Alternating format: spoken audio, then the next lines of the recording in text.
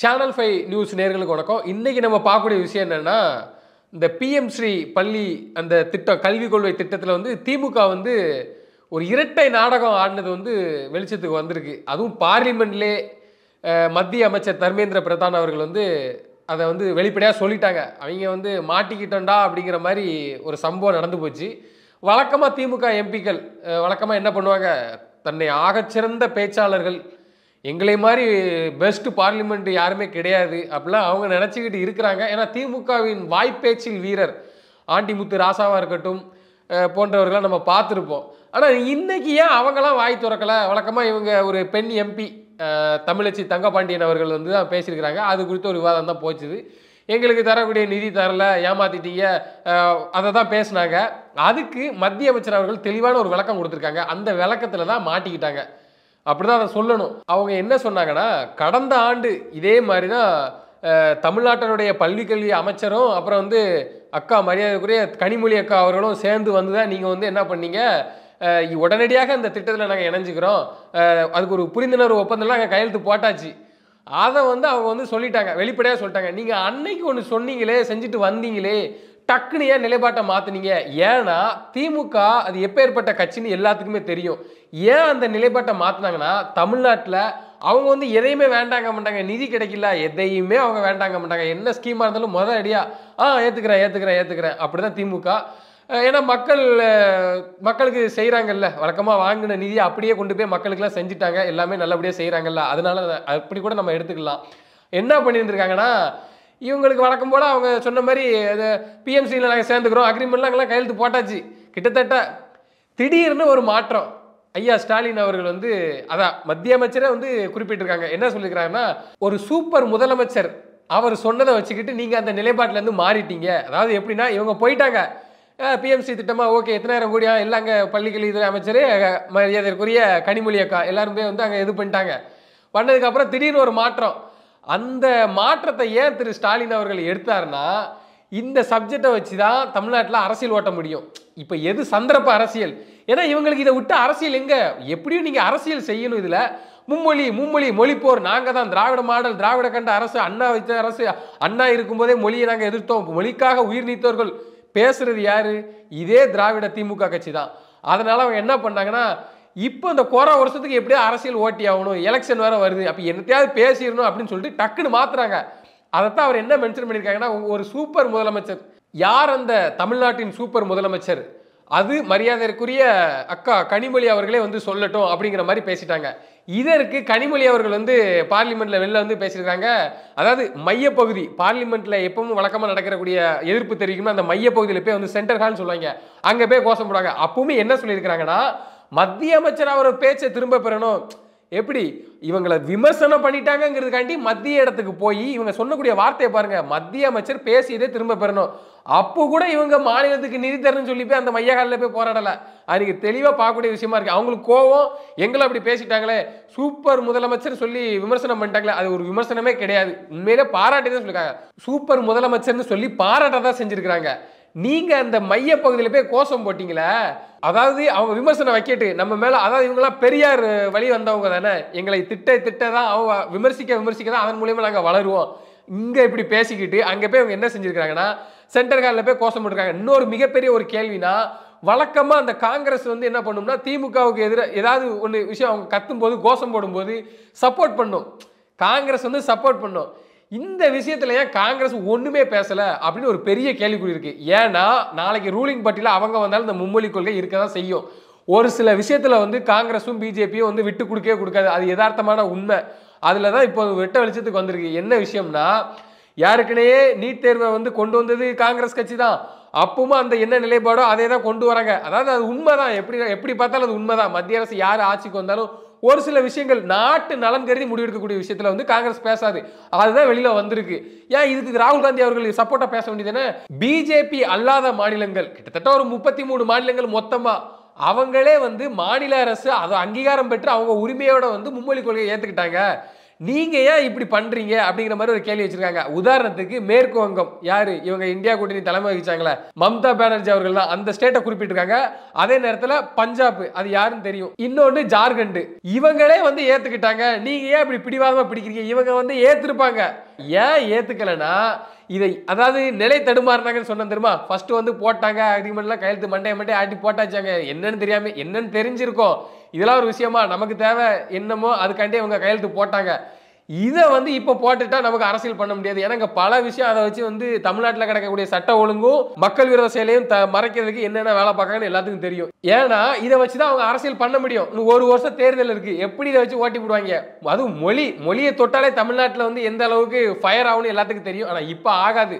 ஏன்னா எல்லா மக்களும் வந்து தெளிவாக ஆயிட்டாங்க. இவங்க பண்ற நாடகம் என்னென்ன சொல்லி ஏமாத்துறாங்க, என்னென்ன சொல்லி பித்தலாட்டம் பண்றாங்கன்னு இப்போ எல்லாத்துக்கும் தெரிஞ்சு போச்சு. அதனாலதான் இந்த கையெழுத்து இயக்கத்தில் கூட யாருமே பெருசா கண்டுக்கல. ஆனா திமுக கிளப்பி விட்டுச்சு, வழக்கம் போல கிளப்புற வரைக்கும் கிளப்புனாங்க, அது பெருசா எடுபடல.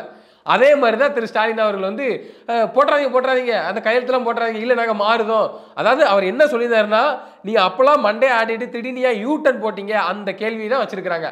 உங்களுக்கு அவ்வளவு நாங்க வந்து அப்படி இப்படி நாங்க வந்து சுயமரியாதை இருக்க வேண்டியதானே, அன்னைக்கெல்லாம் மண்டே ஆடிட்டு இன்னைக்கு மட்டும் ஏன் யூ டர்ன் போட்டீங்க? இந்த விஷயம் வந்து பார்லிமெண்ட்ல வெளியில உண்மை வந்துட்டு அவர் வெளிலேருந்தே பேசிட்டாங்க. ஏன்னா அவங்க போய் சொல்ல மாட்டாங்க. ஏன் இதுக்கு சொல்ல வேண்டியதுன்னா அவர் சொல்றாரு, நாங்க அப்படிலாம் சொல்லலன்னு சொல்றாங்க. ஏதாவது திமுக எம்பிக்கெல்லாம் அப்படிலாம் நாங்களாம் சொல்லலை அப்படின்றாங்க. இதுக்கு ஒரு மறுப்பு தெரிவிக்க வேண்டியதானே? எந்த விஷயத்துல வேணா நம்ம சொல்லல சொன்னோன்னு சொல்லலாம். இது ஒரு விஷயமா? நீங்க செஞ்சதை நீங்க அன்னைக்கு தலையாட்டிட்டு போனதை அன்னைக்கு மண்டே ஆட்டினதை அவர் சொல்லிட்டாரு. ஏன் நீங்க அப்பம்லாம் இது பண்ணீங்க, இன்னைக்கே திடீர்னு ஒரு யூட்டன் போட்டீங்க? இதைத்தான் கேட்டாரு.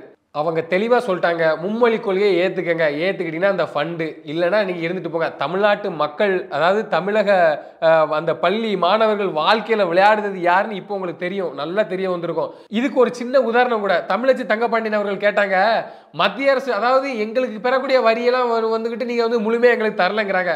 அதுக்கு என்ன ஒரு விளக்கம்னா, மாதந்தோறும் 1000 ரூபா தமிழ்நாட்டு அரசு வந்து கொடுக்குது. ஒரு உதாரணத்துக்கு சொல்கிறேன், மாதந்தோறும் மகளிர்களுக்கு 1000 ரூபாய் அந்த ரூபா வந்து கொடுக்குறாங்க. அதில் வந்து ஒரு கட்டுப்பாடுகள் உண்டு. எப்படின்னா டாடா ஏசி வச்சு நீங்கள் கஷ்டப்பட்டவங்களா இருந்தாலும் சொந்தமாக வண்டி வச்சிருந்தாலும் சரி, ஒரு நிலம் இருக்கக்கூடாது, அது இருக்கக்கூடாது, இது இருக்கக்கூடாது. எல்லாம் இருந்துமே கிராமப்புறங்களில் கஷ்டப்பட தான் செய்கிறாங்க. எல்லாம் இருந்துமே வண்டி இருக்கும், நிலம் இருக்கும், நிலத்துல பயிர் இருக்காது, வண்டி இருக்கும், டீசல் போட காசு இருக்காது. அப்படியே இருந்தாலும் சின்ன சின்ன வாடகை அடிச்சுக்கிட்டு அவங்க பொழப்ப ஓட்டிட்டு இருக்காங்க. அந்த இடத்துல எப்படி நீங்க ஒரு விளக்கத்தை கொடுத்தீங்களோ அதே மாதிரி தான் மத்திய அரசு, நாங்க ஒரு ஸ்கீமை கொண்டு வந்துட்டோம், நீங்க இதில் ஏத்துக்கிறீங்க, சைன் போட்டீங்கன்னா உங்களுக்கான ஃபண்டு விடுவோம், தெளிவாக சொல்லிட்டாங்க.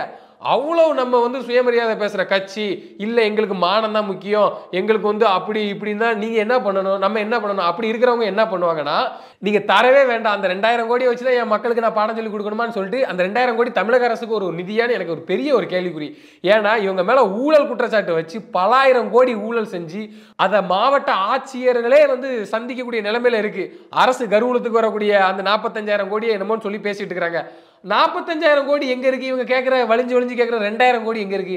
ஏன் இதை பிடிச்சி என்ன தொங்குறாங்கன்னு எனக்கு சத்தியமா தெரியல. அவ்வளோ தொங்குறவங்க நம்ம எப்படி அதை கேட்கணும் அப்படின்னு ஒரு விஷயமே இருக்கு.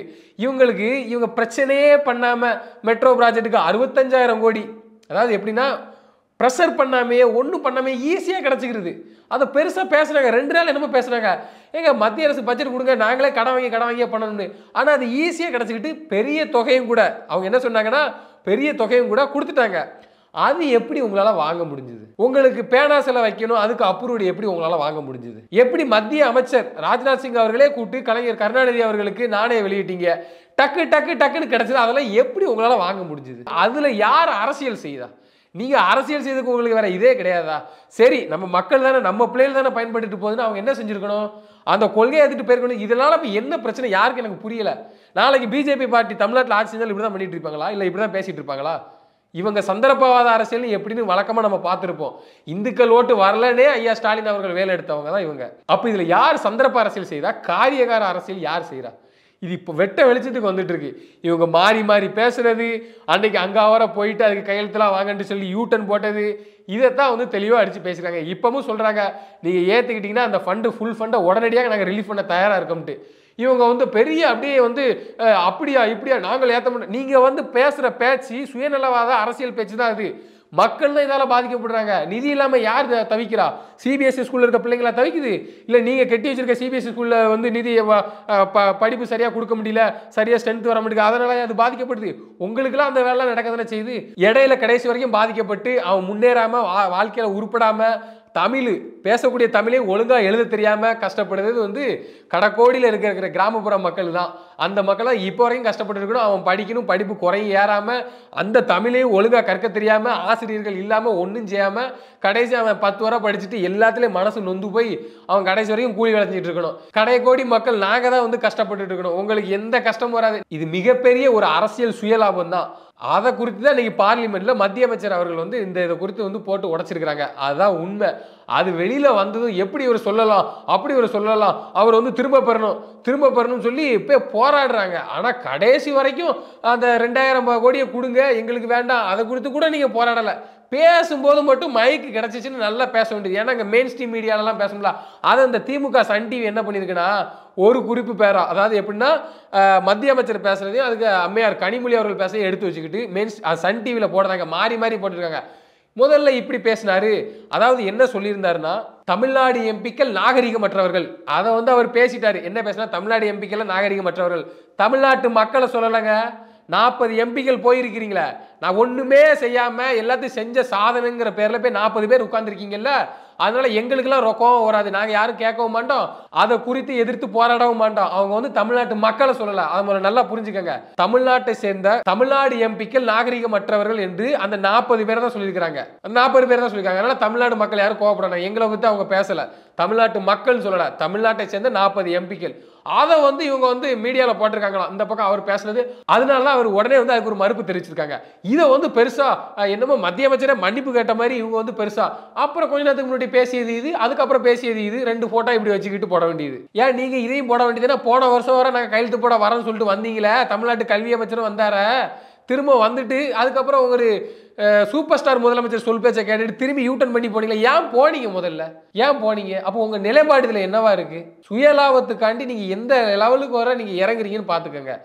கடைசி பாதிக்கப்படக்கூடியது தமிழ்நாடு மக்கள் தான், பாமர மக்கள் தான் கடைசி வரைக்கும் பாதிக்கப்படுறாங்கிறதா ஒரு யதார்த்தமான உண்மையும் கூட. இல்ல இன்னொன்னு கேட்குறேன், நீங்க வந்து அனைத்து கட்சி கூட்டம் கூடுதீங்க, இப்ப அனைத்து மாநில முதலமைச்சரவையும் கூட்டி வந்து பேச போறீங்க.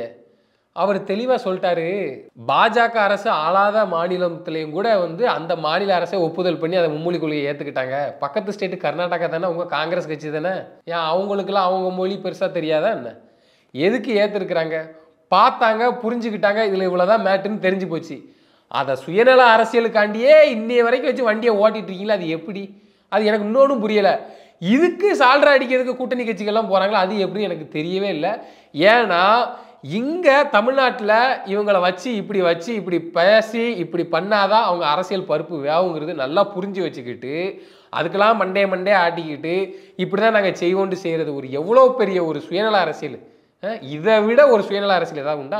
மேற்கு வங்கத்தில் போய் நீங்கள் கேட்க வேண்டியதுன்னு எல்லாத்துக்கும் போறீங்கல்ல, இந்த அனைத்து முதல்வர் கூட்டம், அந்த தொகுதி பங்கீட்டு விரிவாக்கம், அப்போ இது குறித்து பேச வேண்டியதுன்னு பேசுங்க பார்ப்போம்.